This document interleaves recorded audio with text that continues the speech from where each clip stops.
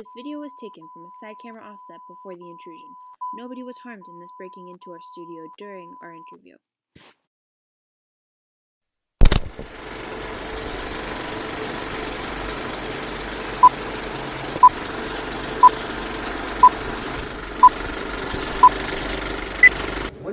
We interrupt this program for a special announcement. Have any of you guys ever heard about Spain's absolute monarchy?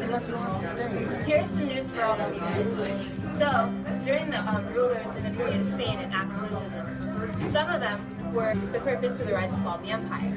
Oh, I've heard of that. That's where King Ferdinand married twice for political marriages and Machiavelli's qualities of a prince in his famous work. The princes were partially taken from him. The power couple of King Ferdinand and Queen Isabella were the ones who united Spain under their marriage and their great-grandson, Philip II. They created much gold and silver for Spain, increasing the army while they were at it. How is this nationalized, but you're talking about things that don't even happen in this country. Tell me something relevant for once.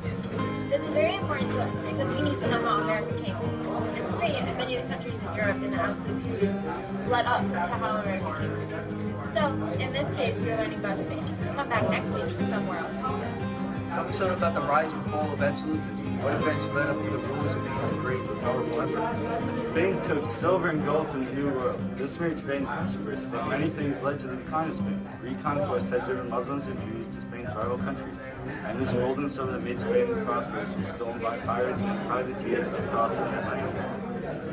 Gold and silver mines eventually dried up because wars were waged by Charles and Philip, and they could. I remember hearing once that the age of exploration required a modern, powerful navy to police overseas.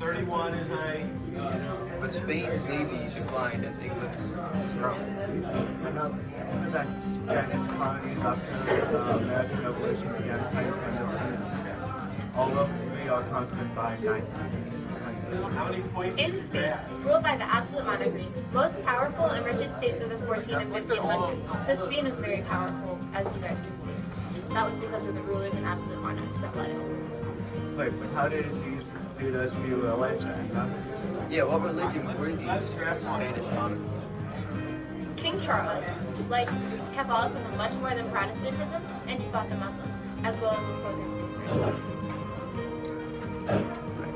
Yeah, what religions were these Spanish monarchs? King Charles liked Catholicism much more than Protestantism, and he fought the Muslims as well as imposing free. He seemed to have disliked all religions except his own. This might be true, but he unwillingly agreed to the Peace of Augsburg. This was something that allowed the German princes to pick the religion that they wanted for their land. There's an old quote that went along with this: "Whose land is religion?" Philip was a deeply religious man, as he preserved his subjects in the Catholic Church as per God's request.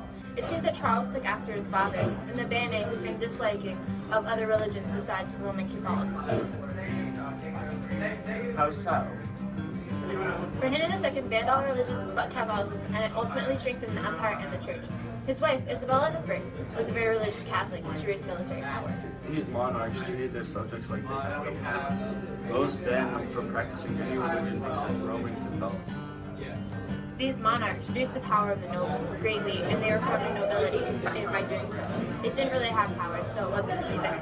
Ferdinand had to work to make the nobility agree with their marriage, even though his marriage to Isabella united the country of Spain. To make these empires powerful, the monarchs supported voyages of exploration, which helped them gain land. They claimed land for Spain and developed a substantial navy to protect these new colonies. This also helped them to strengthen the trade routes. Under the rule of Charles V, Spain became even more powerful. They learned new cultures and new ideas from the natives in the New World because they conquered so many lands, and Isabella and Ferdinand funded for so many conquests in general. They made many cultural advances overall. Wow, in all, Spain's absolute monarchy was really interesting. I really learned a lot. Tune in next week for our next edition about the absolute monarchy of Germany. Wait, you guys are gonna be here next week too? I swear, I'm gonna call the cops on you rapscallions! Alright, so where were we?